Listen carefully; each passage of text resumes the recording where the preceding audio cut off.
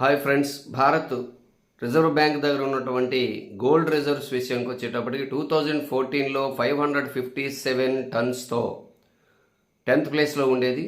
ఇప్పుడు 880 టన్స్తో 7th ప్లేస్కి వచ్చింది. అంటే బాగా గోల్డ్ రిజర్వ్స్ పెంచుకోగలిగింది.